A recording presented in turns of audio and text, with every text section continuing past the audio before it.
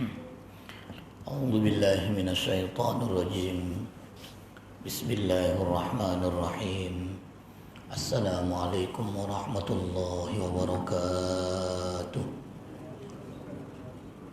الفاتحة. أعوذ بالله من الشيطان الرجيم. بسم الله الرحمن الرحيم. إياك نعبد وإياك نستعين اهدنا الصراط المستقيم صراط الذين أنعمت عليهم غير المغضوب عليهم ولا الضالين.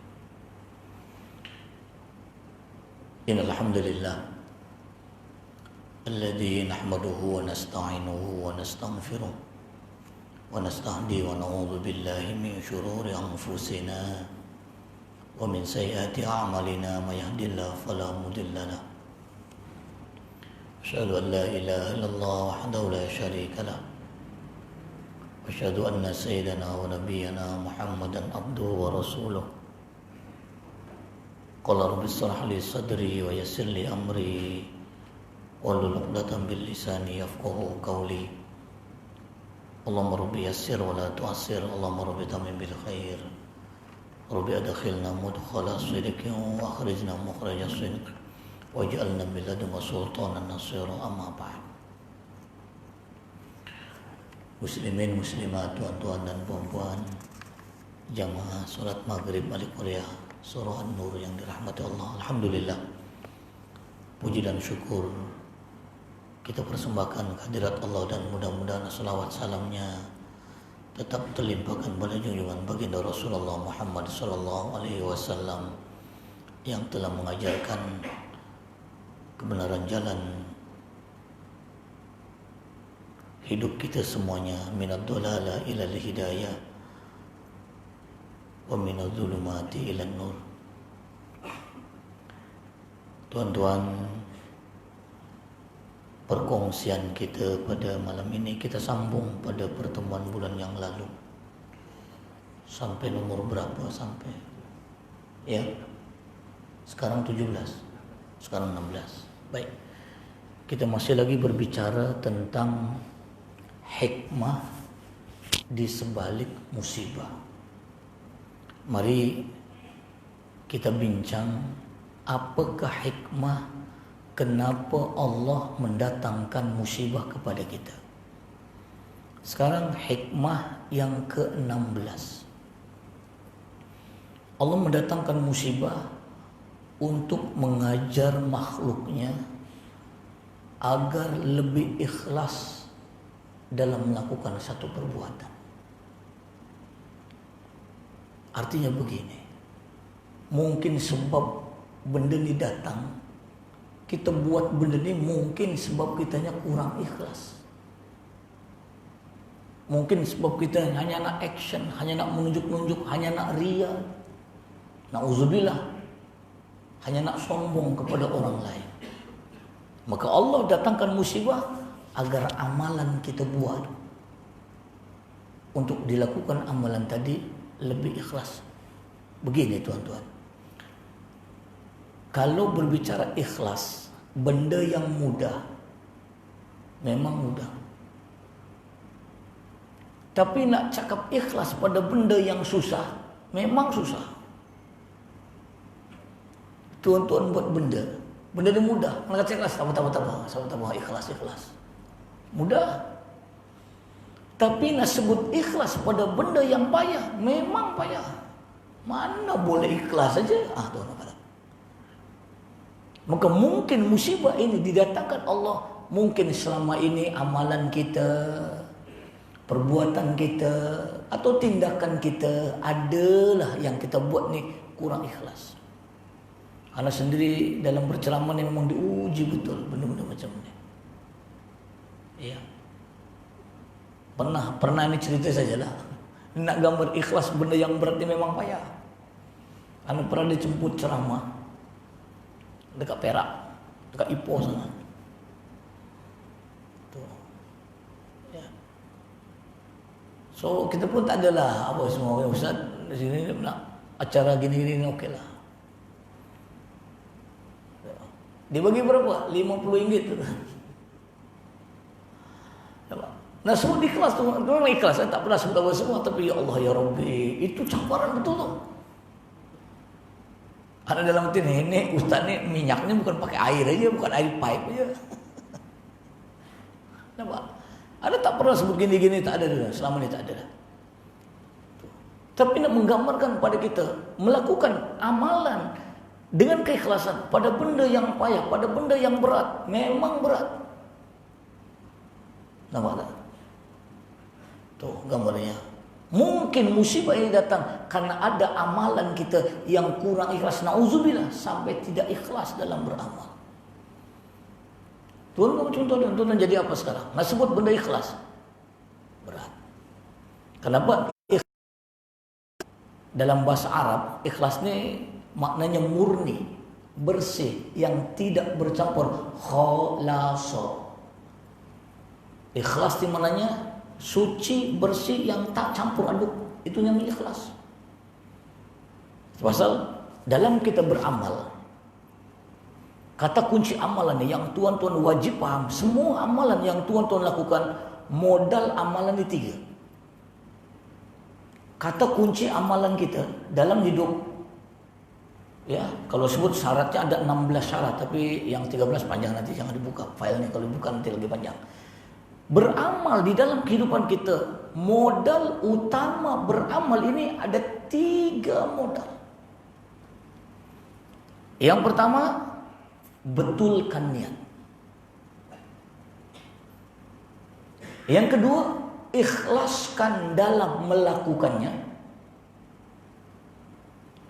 Dan yang ketiga, cari redha Allah. Ulang tuan-tuan. Apa-apa, semua apa yang tuan-tuan buat, amalan apa yang tuan-tuan buat, agar ia diterima oleh Allah, dan mudah-mudahan amalan tidak akan ditukar oleh Allah menjadi ibadah. Modal utama, syarat beramal, kata kuncinya 3 saja. Semua amalan bukan ibadah akan jadi ibadah. Ibadah tidak jadi ibadah sebab kurang 3 modal. Mudah saja. Apa tuan-tuan buat? Solat. Tuan-tuan solat tidak akan jadi ibadah kalau tuan-tuan tidak ada 3 modal. Tuan-tuan bukan ibadah, tetapi tuan-tuan ada 3 modal, maka bukan ibadah ditukar oleh Allah menjadi ibadah kalau ada 3 modal. Yang pertama, betulkan nawaitu. Kata kunci pertama beramal ibadah, nawaitu. Innamal a'malu binniyat. Semua amalannya startingnya dengan nawaitu itu. Tuh. Satu. Oke, dah betul niat? Dah. Belum. Yang kedua, ikhlas. Innallaha la yaqbalu amalan illa bi khalisin. Allah tidak terima amalan melainkan yang dilakukannya dengan penuh keikhlasan. Betulkan niatnya, ikhlas melakukannya. Kadang-kadang kita cakap macam ni, bang, ini kalau bukan karena abang saya tak buat ni bang, ni abang punya pasal yang saya buat ni. Kalau bukan karena abang saya tak buat, habis. Nampak? Pernah tak kita kadang-kadang cakap macam tu, Ustaz, gurau aja Ustaz, ini benda bukan gurauan. Kadang-kadang kan kita kata, ini kak, ini akak punya pasal ni kak, kalau bukan karena kak saya tak bagi ni kak. Ini harga abang ni bang, kalau bukan abang ni saya tak bagi harga ni. Nampak? Kalau nak bagi-bagi aja lah. Kenapa? Ikhlas dalam melakukannya. Betulkan hati dengan niat. Melakukannya kena ada keikhlasan. Macam tadi anda sebut, berat tuan-tuan. Benda yang ringan, ringan. Tapi benda yang payah, memang payah. Dan yang ketiga, kata kunci amal ibadah tuan-tuan puan-puan. Dalam hidup, selagi tuan melakukan apa perbuatan. Yang ketiga, redha Allah. Mencari keredoan Allah. Bukan bermuka-muka dengan manusia. Contoh, kita bagi ikhlas, tapi dalam pada membagi ni ada kalimatnya keluar, jangan lupa ya, tuh, don't forget ya, paham ya. Dia tak ungkit, ni bukan karena dia ni tak, bagi aja bagi. Tapi dalam membagi ni ada nama itu yang lain, apa dia? Jangan lupa ya. Ini mungkin Kak Sabar ni yang jangan lupa ni Kak Sabar ni banyak mungkin. Mungkin agak-agak aja. Kalau tuan-tuan beramal 3 benda ini, insya Allah apa yang tuan-tuan buat akan jadi ibadah dalam pandangan Allah. Ada lagi 13 yang lain. Tuh, nanti kita akan bincang syarat-syarat diterimanya amal ibadah. Tapi tadi 3 kata kunci amal ibadah. Nah, mungkin Allah datangkan musibah pada kita. Karena mungkin selama ini kita amalan ini, kita buat perbuatan ini kurang ikhlas. Diberinya kita nih musibah. Tulang kota ikhlas itu Allah datangkan musibah. Boleh faham maksudnya? Itu masalah datang. Tuan-tuan cek 30 hikmah nih, ana yakin apa dari 30 ini mungkin ada yang terjadi pada diri tuan-tuan. Bukan kata orang lain tuan-tuan, ana aja diri sendiri. Itu masalah ana ingat. Ana sebut berulang-ulang, ana bukan nak mengajar tuan-tuan puan-puan, ana mengajar diri sendiri.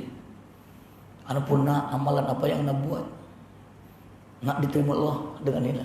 Dan apa musibah yang berlaku, ana pun kena muhasabah. Mungkin ini kuat, mungkin ini kuat, mungkin ini kuat. Itu saja. Macam mana sebut kan, ana jatuh. Ana kadang-kadang masa jatuh tu ana muhasabah diri, ya Allah. Aku ni 9 tahun mengajar di tempat itu. Setakat ini ingat di tempat itu ada lubang tempat pakai ustaz. Tapi kenapa malam itu dipijak juga itu lubang? Soalnya carilah mana nih di antara 30 benda nih yang ada pada diri kita. Oke, ini kot. Macam itulah kita hidup. Jadi mari tuan-tuan.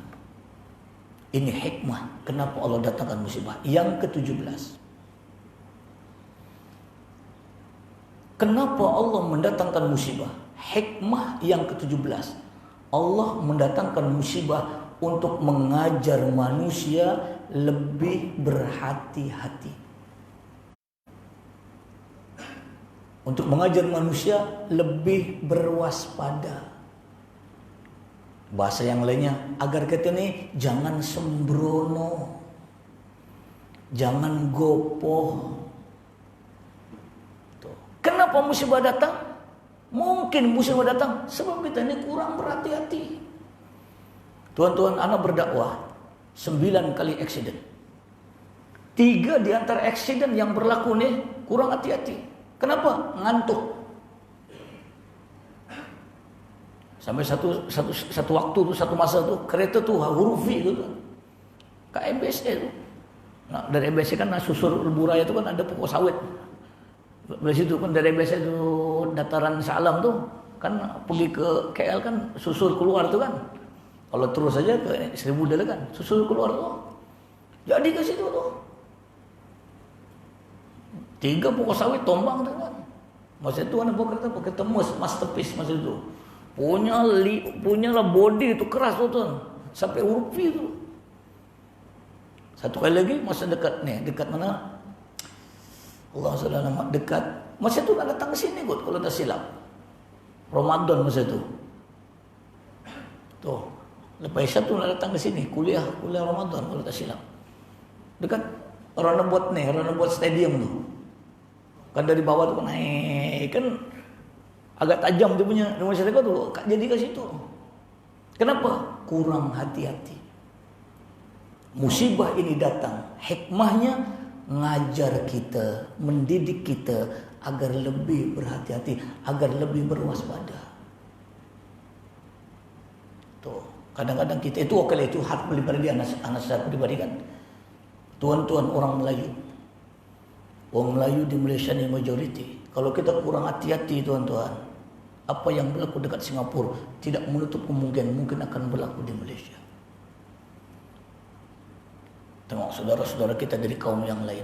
Oh, cakna betul lah. Nak daftar untuk ini semua. Kadang-kadang orang kita nilai ke anak-anak remaja kita. Jangan sampai ya. Pepatah mengatakan at-ta'anni minas salamah wal ajalati minan nadamah. Berhati-hati adalah pangkal keselamatan. Ketergesa-gesaan, terburu-buru, gopoh kita, sembrono kita akan menyebabkan penyesalan. Kena hati-hati tuan-tuan. Iya. Tuh, jangankan kita, Indonesia kaum lain hanya 15% aja. Islam Melayu di Indonesia ini 85%. Ekonomi sudah lama dah, sejak zaman Soeharto lagi. Iya. Hati-hati tuan-tuan. Jangan sampai benda ini dah jadi, dah tak boleh buat apa. Yang sudah tu sudahlah. Hati-hati, yang akan datang lebih hati-hati itu saja. Tuh, gambarnya macam tu. Boleh faham tuan-tuan. Faham tak faham? Buat-buat faham aja. Itu dia. Yang pasti musibah ini datang untuk mengajar kita, mendidik kita lebih berhati-hati dalam semua aspek. Tadi anak sebut, anak 9 kali accident dalam berdakwah, 3 kali accident sebab anak kurang hati-hati. Yang sekali lagi, yang ketiga tu kalau anak sebut, masa tu anak ada selama dekat Teluk Gadung, dekat Kelang. Anak pikir anak boleh lepas, rupanya trailer tu lagi lebih laju lah. Oh, kalau dia boom je, nasib baik kena pintu depan, kena tayar depan tu. Kalau tidak, jap je. Macam tu terbit light, macam ni nak keluar, nak susur keluar. Anda pikir boleh lepas, trailer tu jauh, rupanya dia lagi laju tu tuan. Sebab kurang hati-hati, macam silap perkiraan. Tuh, mungkin tuan-tuan, apa kalau mungkin keuangan. Mungkin tuan-tuan kurang hati-hati dalam menggunakan keuangan, dalam menggunakan ekonomi dalam keadaan yang seperti ini. Kenapa jadi begini? Sebab kita kurang hati-hati. Allah datangkan musibah kepada kita sebab kurangnya berhati-hati dalam kehidupan kita. Baik, itu yang ke-17. Kalau dalam bahasa akhlaknya, berhati-hati ini bahasa akhlaknya wara. Tuh. Wara. Orang Malaysia kata wara ni alim. Anak cakap wara ni bukan alim. Wara ni berhati-hati. Tuh. Berhati-hati dalam bab apa? Yang wajib tuan-tuan berhati-hati dari 5 perkara. Tolong berhati-hati dari 5 perkara. Dalam bab akhlak ni lah. Yang dalam bab perbuatan tadi, maknanya lebih cermat, lebih waspada. Tapi dalam akhlak, berhati-hati ada 5 perkara. Yang pertama, ya, berhati-hati dalam akhlak ni, berhati-hati dari benda-benda yang haram. Jangan buat, jangan ambil. Al-halalu bayyinun wal haramu bayyinun. Yang halal sudah jelas, yang haram jelas. Jangan buat, jangan lakukan, jangan ambil. Kalau Ustaz, haram sikit Ustaz, belum banyak. Itu belum haram, halam. Tuh, halal tidak, haram pun jadi apa? Halam.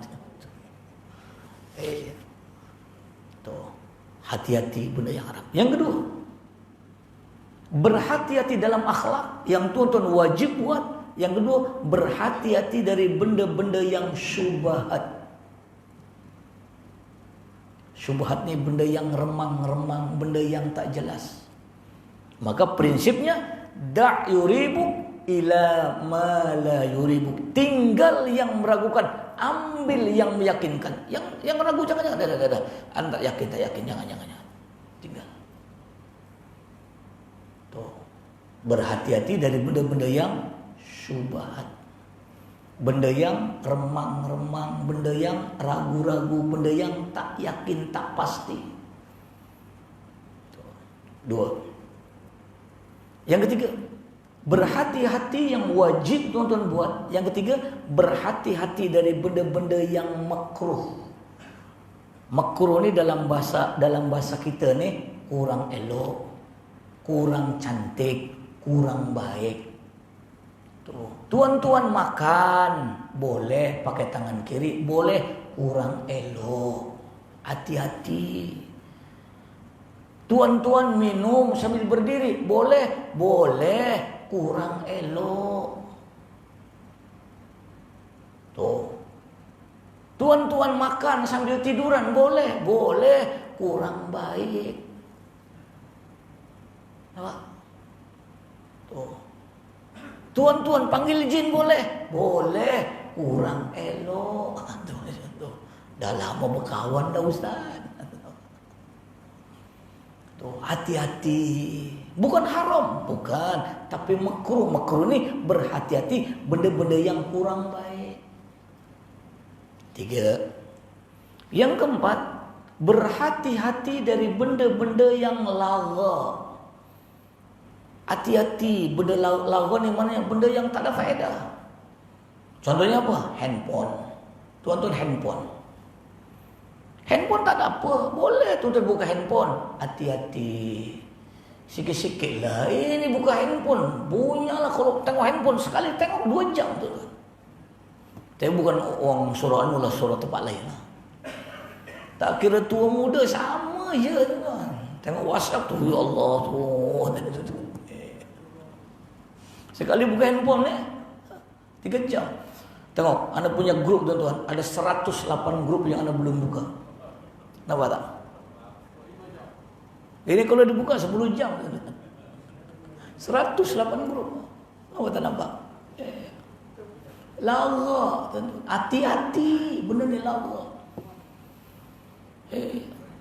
Itu kalau tuan-tuan nak SMS peribadi aja tuan-tuan, SMS secara peribadi. Jangan masuk grup. Kadang-kadang jemaah, kadang-kadang kecil hati. Ustaz, saya soal dalam grup tak tanya. Manalah kita tahu grup itu banyak tuan-tuan, nak buka pun tak lalulah nak buka dah tuan-tuan. Kadang satu grup tu sampai 1000 pun ada tuan-tuan. Asyik gaduh bendera aja pagi petang siang malam sampai 2 pagi pun gaduh aja bendera tak katam ngaji tu. Itu yang pelik orang Malaysia ni tu, ngaji bendera ni tak katam dari sejak pilihan sampai jumpa pilihan raya tak habis-habis. Tapi bukan orang sini, orang tempat lain juga tu. Anaknya sebut bukan salah, itu hak tuan sebagai warga negara, peganglah mana bendera yang tuan lihat, tapi jangan berbala. Kan begitu, bukan salah, tak nyalakan tuan peganglah. Anak pernah tegur 2-3 orang ustaz. Dia dulu hak lama, lepas tu tak tahu lah macam mana, tiba-tiba dia tukar. Anak cakap dia kata ustaz nak tukar lah. Itu hak ustaz sebagai warga negara, tukar tak jadi masalah. Bukannya dosa besar, bukan apa. Cuma nanti ustaz tanggung jawab aja apa yang ustaz pilih itu kan itu aja. Tapi tak payahlah dulu hentam hak yang lama dulu itu sudahlah. Dah tukar ini tak pagi petang gunggang. Dikutuk aja sih, ya Allah. Anak tak ada kepentingan apa ustaz. Anak just ingatkan kawan aja ustaz. Iya, hati-hati benda-benda lara. Iya kan begitu. Itu yang keberapa tadi? Tuh, yang keempat. Hati-hati pada benda-benda yang lara, yang tak ada faedah, yang tak ada manfaat. Hati-hati itu tuh. Ya dah tahu pun dia tak ada apa tuh. Dibincang juga dah, hentak pintu pula dah, hentak meja pulang gong juga dah, cabut lari pula dah, sudah dah. Saudara mara, kawan-kawan jadi gaduh pula. Kan dah tak syok tuan-tuan. Benda lara je tak ada apa tuan-tuan. Kan begitu. Ya. Dan yang kelima, berhati-hati dari benda-benda yang membazir. Berhati-hati dari benda-benda yang berlebih-lebihan. Jangan bazir-bazir. Orang kadang sampai tak makan minum, kita sampai buang-buang makanan. Tuh, beli barang pada lah, jangan beli sampai saya tak diguna, sampai expired apa semua, jangan. Ingat, tuh, Allah mendatangkan musibah sebab kita kurang hati-hati, kurang waspada. Mungkin sembrono, ceroboh, gopoh. Tuh, kan begitu. Itu yang berapa tadi? Yang ke-17. Yang ke-18. Betul. 18. Apakah hikmah? Kenapa Allah mendatangkan musibah?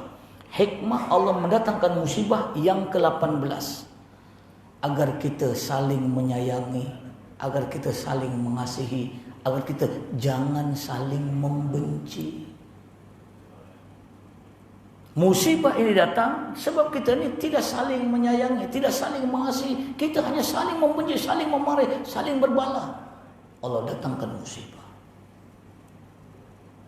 Nampak tuan-tuan. Dan kita sudah rasa sikit-sikit. Orang kafir bergaduh ni, bergaduh zahir aja tuan-tuan. Hakikatnya mereka tetap sama. Iya.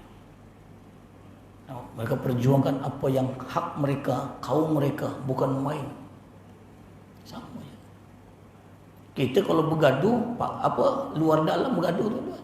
Sampai nak tengok muka pun dah tak larat tuan. Daripada tengok muka dia, tengok muka BABI lagi bagus katanya tu. Sampai macam tu dah. Mungkin musibah ini datang untuk mengajar kita, mendidik kita, melatih kita untuk saling berkasih sayang, untuk saling menghormati, jangan saling benci. Kamarnya, mari tuan-tuan, bersatulah kita dalam Islam, dalam agama dulu. Pasal nak sebut dengan tuan-tuan, karena sebut banyak kali kan. Orang kita yang paling lemah dalam isu bab macam ni tuan-tuan, dua benda saja. Mazhab, politik. Anda tengok ya dalam masyarakat. Orang kita yang paling tak tahan tuan-tuan dua. Orang yang ada ilmu. Satu, apa dia? Mazhab. Anda selalu sebut, Anda tidak salahkan Dr. Asri ke Dr. Uzaimi punya pendapat, itu hal dia. Tuh. Tapi Anda pun ada pendapat yang berbeza dengan dia, kan begitu saja. Hormat aja. Kalau engkau tak suka kunut, tak apa. Tapi jangan nyalakan orang kunut, kan begitu. Kalau kamu tak suka tahlil, tak apa. Tapi jangan nyalakan orang tahlil, kan begitu. Benda ini dah dibincang, dah ulama-ulama salaf dulu, dah bincang ribu tahun yang lalu, dah tutup buku, dah khatam, dah dibuka balik, ya tak khatam jadinya tuan-tuan. Betul tak betul? Bukan salah, anda kata tak salah, tak menyalahkan. Anda pun dalam berpendapat tak pernah nyalakan gunggang tak. Itu lagu kita, itu satu hal. Orang yang jangan ada ilmu, di sinilah kita hilang persaudaraan kita. Orang-orang awam model kita, ini yang tadi anda sebut tadi tuan-tuan, ini. Ayo. Kita kadang-kadang serba salah, tak cakap pun, cakap pula kadang-kadang jadi mangsa keadaan tuan-tuan. Betul tuan. Anda 24 tahun berdakwah, anda tahu pula macam ni. Itu kadang-kadang benda ni sensitif, tapi anda cakap tolong. Iya, sudahlah berbeza macam di Indonesia. Di Indonesia ramai itu tempilan raya habis. Jom datang masjid sama-sama, tutup nanti 5 tahun lagi buka balik, main lagi, tutup lagi. Ini tak. Itu yang ada pengalaman betul tuan. Anda pernah kan ngomong Ustaz, orang luar Padang jangan masuk Padang. Ini sudah masuk Padang. Sudah. Bukan masuk Padang, ingatkan orang dalam Padang. Anda kata macam tu ya, tak boleh juga. Mari tuan-tuan, Allah datangkan musibah untuk kita saling menjaga silaturahim, untuk saling berkasih sayang. Jangan berbalah, jangan bergaduh, jangan berselisih. Kan pepatah Melayu kata bersatu kita padu.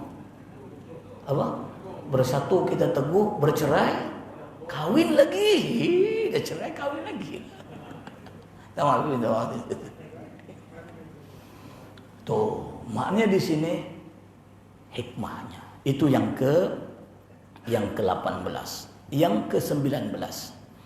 Allah mendatangkan musibah. Hikmah yang ke-19. Allah datangkan musibah, hikmahnya adalah untuk mengajar manusia lebih dekat dengan Allah. Untuk mendidik manusia lebih taqarrub kepada Allah. Tuan-tuan, anda ingat lagi, ada 2-3 surah lah anda dapat feedback. Masa dulu ketika PKPB lah, kalau anak PKPB macam itulah. Solat kan hanya 3 orang saja. Kadang setengah semurah nyelip juga lah, tambahlah 2-3 orang buat senyap-senyap sudahlah. Ada sebagian surau tu ahli Quran dia protes. Ini tak patut surau ditutup, so ini rumah Allah kena tu. Lepas tu tambah 12 orang. Lepas tu tambah lagi 40 orang. Sampailah sekarang seberapa banyak isi masuklah, yang penting penjarakan. Ada satu ejek itu beritahu, Ustaz, masa dulu PKP Ustaz, ahli Korea bising Ustaz, lepas dibuka yang datang muka yang sama juga Ustaz, yang bising-bising tak nampak juga tu muka tu Ustaz. Nampak tak Ustaz?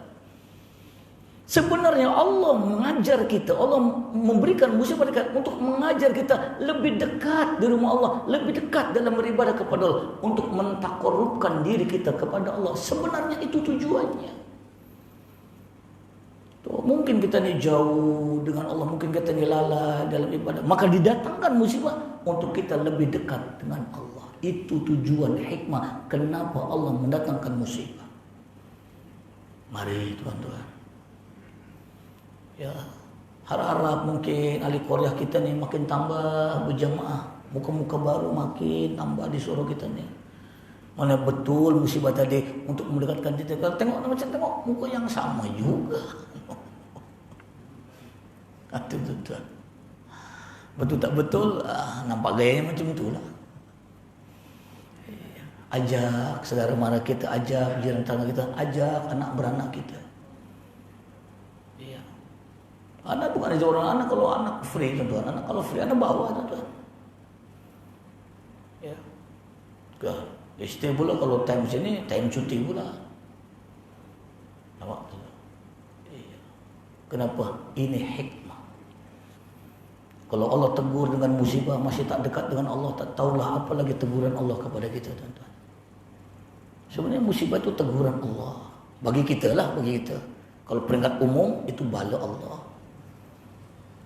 Mari Allah ingatkan tuan-tuan, puan-puan, musibah ini agar kita lebih dekat dengan taqarrub.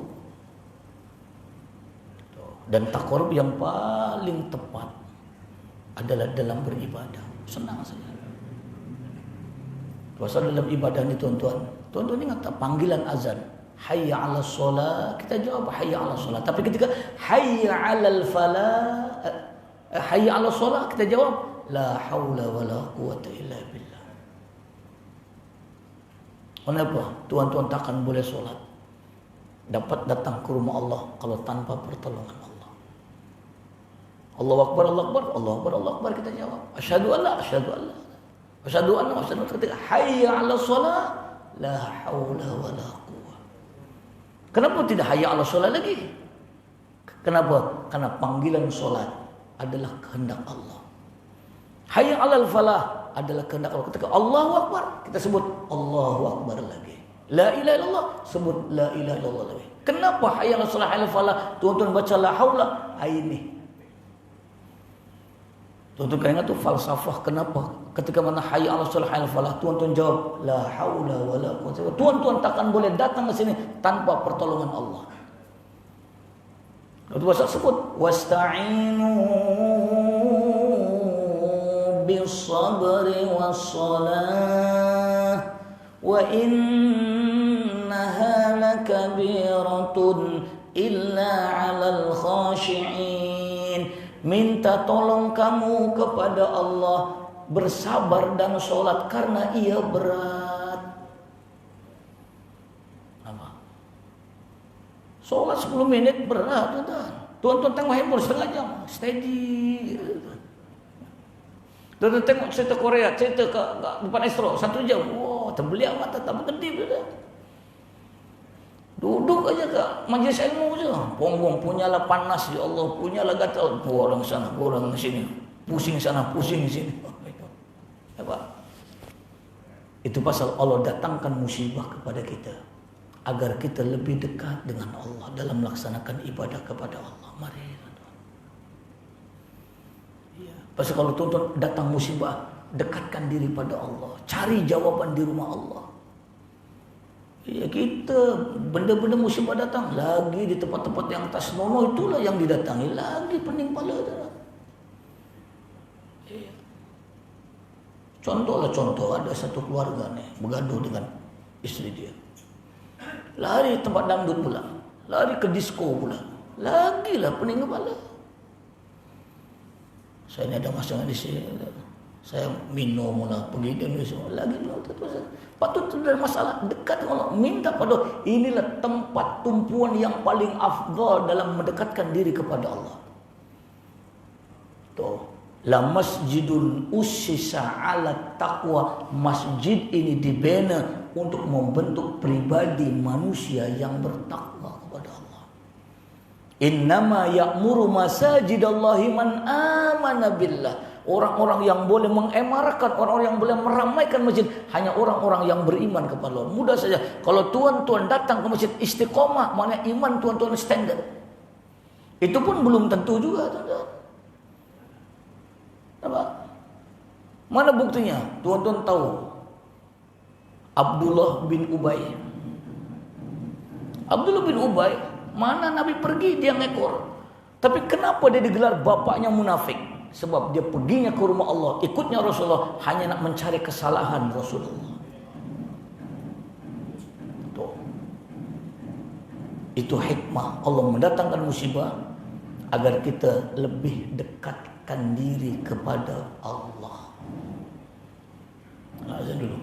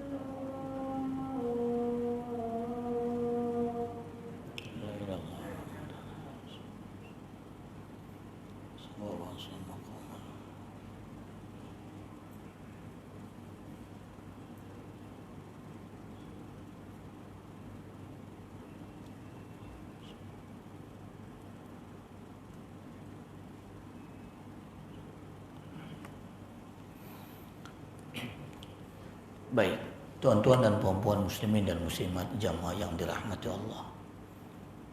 Apabila sebut tentang mendekatkan diri, sekarang apa cara yang tuan-puan lakukan untuk mendekatkan diri kepada Allah?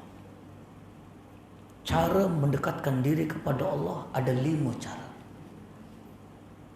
Ya. Mendekatkan diri kepada Allah, ya, ada 5 cara. Ya. Apa itu? Yang pertama, ya. Yang pertama dengan ibadah. Kita dekat dengan Allah hanya dengan ibadah, kita dekat dengan Allah. Itu aqrabul abdu ilallah fil ibadah. Sedekat-dekatnya hamba kepada Allah ketika mana hambanya dalam keadaan beribadah. Cara kita mendekat diri pada Allah pasal ibadah, tolong ambil berat. Sampai Allah janji, hayya 'ala shalah. Diulang 2 kali. Tuh. Hayya 'alal falah. Mari kamu sholat, mari kamu berjaya, mari kamu menang. Seolah-olah begitu, kalau kamu jaga sholat, kamu akan diberi kejayaan, kamu akan diberi kemenangan. Tapi faktanya, pasal malam lagi lebih ramai. Nampak? Tuh gambarnya. Lau ya'lamunan nasa ma fil jamaah. Kalau orang tahu bagaimana hebatnya datang sholat berjamaah, la atau bihi lawalau habwan, mereka sanggup datang meskipun dengan merangkak-rangkak kaki sekalipun. Tuan-tuan datang ke tempat ibadah, ikut dan tuan-tuan, mana boleh. Suka hati lah usaha, nak datang, tak datang sudahlah. Memanglah tuan-tuan punya suka hati, tapi aturan Allah bukan begitu, kan begitu. Tengok di zaman Nabi, di zaman salafus soleh, tengah buat kerja nih, satu batu bata tu, satu riwayat tu, nak diletak tu, dengar azan, dibalik-balik tu, laju terus tinggal tu. Kita steady, buat dono je, buat bodoh je, bulan selam berok aja tu, Allah. Macam mana kita nak berjaya? Bukan Sayyidina Umar sebut la islama illa bijamaah. Kekuatan Islam akan terbina bermulanya dengan seberapa banyak jemaah orang yang datang. Dan jadi ukur apa? Apabila sembahyang subuh sama dengan sembahyang Jumat, disitulah kebangkitan Islam akan datang. Senang saja. Terus orang kafir cari di mana kekuatan Islam nih. Nih. Terus datang COVID-19 orang Islam jangan datang ke masjid. Kita penyakit ni boleh mati nanti. Allah. Tuh, cara kita mendekatkan diri pada Allah dengan apa? Dengan ibadah. Dan satu-satunya ibadah yang rutin harian hanya sholat saja, tuan-tuan. Dan anda sebut banyak kali dah sebut dah. Umat Islam di Malaysia yang betul-betul mendirikan sholat hanya 1/5% saja, tuan-tuan. Sudah jadi makhluk langka. Kena ingat tuan-tuan, yang mengerjakan sholat masih banyak anda sebut. Ada 80%, 90% yang mengerjakan sholat anda sebut. Tapi yang mendirikan sholat hanya 1/5% saja. Dan Allah menyuruh kita dalam Quran, yang Allah suruh dirikan sholat, bukan kerjakan sholat. Tuan-tuan kena paham tuh, kalimat yang sama tapi makna pengertian yang berbeza. Kalau mengerjakan sholat, asalkan tidak meninggalkan. Atau tak tinggal sholat, alhamdulillah. Tetapi mendirikan sholat ada item yang lain. Jangan tinggal, jangan lambat, jangan di rumah, jangan sendirian. Tambah yang sunat, dirikan dengan khusyuk. 6 item, ini mendirikan. Berapa yang boleh buat 6 item? 1/5% saja. Nampak? Beruntunglah tuan-tuan di antara orang yang boleh mengemarkan masjid, yang boleh mendirikan sholat dengan menjaga 6 item. Saudara kita di sana hanya jaga 1, yang penting tidak tinggal sholat. Oke, tak apa, itu tuan-tuan punya. Tapi itu bukan perintah, itu tuan-tuan punya cara. Tuan-tuan datang ikut dan masa nak malas, yang tak payahlah. Umi Maktum pernah bertanya Nabi, ya Rasulullah, Nabi sebut, ya, la salata liman yasma'il adhan wa lam ya'ti bihi. Tidak ada solat orang yang telinganya dengar azan tetapi dia tidak keluar tempat di mana keluar azan yang paling dekat dengan rumahnya. Umi Maktum tersinggung. Orang zaman dulu tersinggung benda-benda agama tu dah. Bukan tersinggung benda-benda yang lain. Kita tersinggung benda-benda yang lain tu dah. Ditanya, ya Rasulullah, Wa kaifa hali? Macam mana halnya dengan saya? Nabi tanya balik, wa bika anta ya ada apa dengan kamu wahai Ummi Maktum? Ummi Maktum jawab, saya ini buta, tua, rumah saya jauh, nak datang ke masjid ni ya Rasulullah, kena lalu 2 kebun kurma yang banyak ular, banyak kalajengking. Awajibun alayya ayati al masjid, adakah aku tetap wajib untuk datang ke masjid? Apa Nabi jawab? Asami'ta adzanal Bilal ya Ummi Maktum. Aku tanya kamu, telinga kamu dengar ketalaungan azan Bilal? Ummi Maktum jawab, bala sami'tu ya Rasulullah. Ya, saya dengar Bilal azan. Apa Nabi jawab?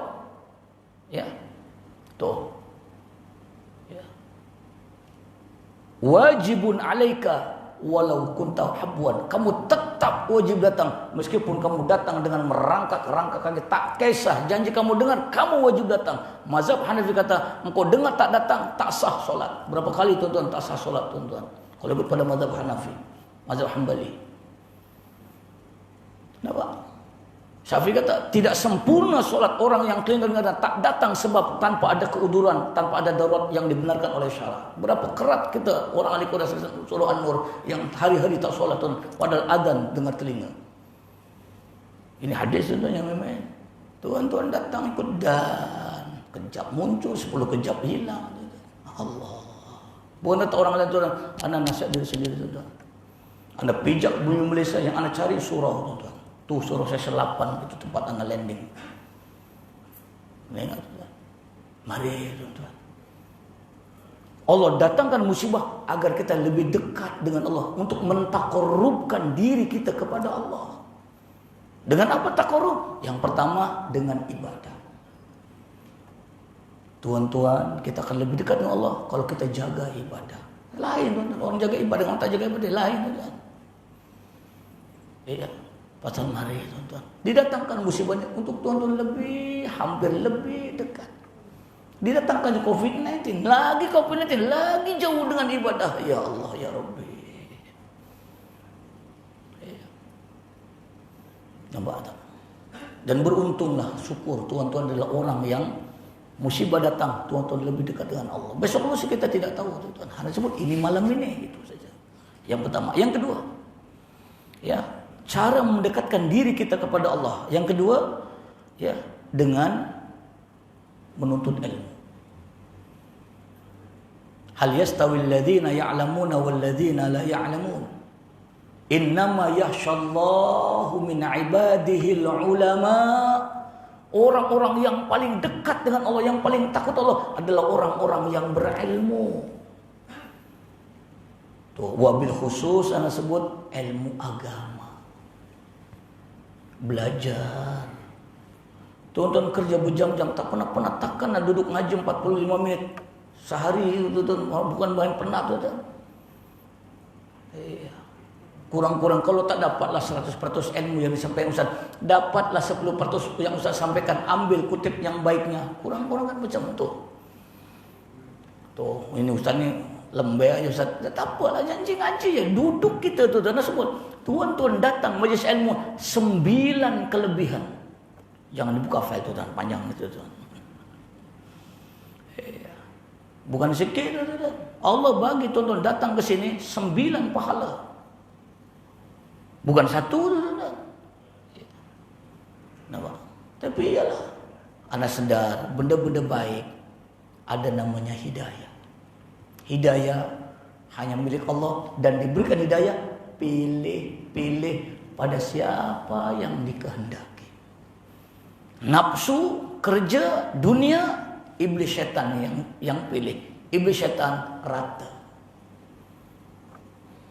Pasal tuan-tuan, anak menantu tuan-tuan, cari dunia, kejar dunia dari pagi sampai petang, tak pernah ngeluh tuan-tuan. Suruh datang ke solat ke rumah Allah saja, mesti ngeluh tuan-tuan. Tak apalah, abang pergi dululah. Tak percaya, try lah nanti. Tanyalah anak menantu kita, jom di surau. Nampak? Mesti bergeliat tuan-tuan, mesti aduh, datang tidak juga. Betul tak betul tuan-tuan? Maka dekatkan diri pada Allah dengan ilmu. Tuh. Kalau tuan-tuan memahami hukum hakam Allah, memahami ilmunya Allah, mudah-mudahan Allah akan dekatkan kita dengannya. Senang saya. Yang ketiga, ya, mendekatkan diri kepada Allah. Cara ketiga dengan akhlak. Kalau kita elok-elok perangai, baik-baik akhlak kita, mudah-mudahan dengan akhlak yang baik kita lebih dekat dengan Allah. Buat apa sih nak jahat-jahat, tuan-tuan? Tuh. Tapi kadang-kadang manusia nak tunjuk punya power tu, nak tunjuk juga power tu, tuan-tuan. Tak payahlah. Dalam SOP lah, contoh SOP, anda dapat feedback, kadang-kadang nak gelak pun ada, kadang-kadang sedih pun ada. Ialah kadang-kadang surau ni, ada satu surau tu, satu orang tua tu datang ngadu, nangis tu. Dia kata, Pak Ustaz, saya ni dah biasa ke masjid Ustaz, saya datang, selalu datang. Tapi AJK punyalah strict forward tu, punyalah ketatnya semua. Apa masalahnya? Saya ini semput Ustaz. Semput jadi kalau pakai mask bawa hidung. Tuh, masa dia itu semua, betulkanlah tu apa mask tu naiklah ke hidung. Dia jawablah, saya ni semput, kalau ditutup ni mengah. Dia kata apa? Dah tahu sakit, nak datang bawa, pergilah, baliklah ke rumah sana. Kecil hati kawan tu nangis lah. Saya bukan tak pakai mask cuma karena semput saya turunkanlah ke bawah hidung tu. Itu je, dah jadi gaduh pula. Ada satu tak sebut lah tu, waktu sebut surat kan semua. Ada satu lagi. Orang tua ni macam mana? Biasa bawa anak. Kan aturannya 12 tahun ke bawah tak dibenarkan. Budak ni memang suka ikut orang tua datang ke surau. Jadi dia pun datang bersama situ dah boleh datang kan. Tapi dia tak tahu, tak perasan yang budak-budak ni tak boleh. Jadi dia pun datang, budak tu dah pakai mask, bawa sejadah, memang cantik dah. Di pintu tu dia sergah. Saya kata, bang, budak-budak tak boleh masuk, tidak dibenarkan, SOP macam tu. Jadi budak tu nangis lah kan. Oh, ayah macam mana lah. Saya kata, bagilah sekali ni je. Tak boleh katanya. Lepas tu dah sekarang udah budak-budak boleh. Maksudnya, tak nak nanti Pak Citu marah saya lagi kata. Kecil hati budak tu tak nak datang dah. Ada pula SOP ni, ada setengah-setengah tu cincai dia, tak bawa sejadah, tak pakai mask. Apa jawabannya? Orang dah kenal Ustaz, ahli Korea sendiri, apa nak sekarang janji datang suruh, sudahlah, ada juga yang begitu. Kira di sini standard boleh tahan juga suruh naik pun. Itu macam tu. Oh, semua ni kan demi kebaikan, jangan pula straight sangat sampai menyusahkan orang. Jangan pula cinta-cintanya sampai tak ada aturan semua. Apa yang jawabnya? Ustaz, orang Korea sendiri dah kenal memang dia di kaki surau Ustaz. Lebih kurang sudahlah. Ada kenapa? Yang penting datang ke surau, kita nak pahala orang datang ke surau. Itu saja. Memanglah ikut cara tak betul, tapi nilai standar itu kena ada. Yang ketiga, yang keempat. Yang keempat kan? Yang keempat. Apakah cara kita mendekatkan diri kepada Allah?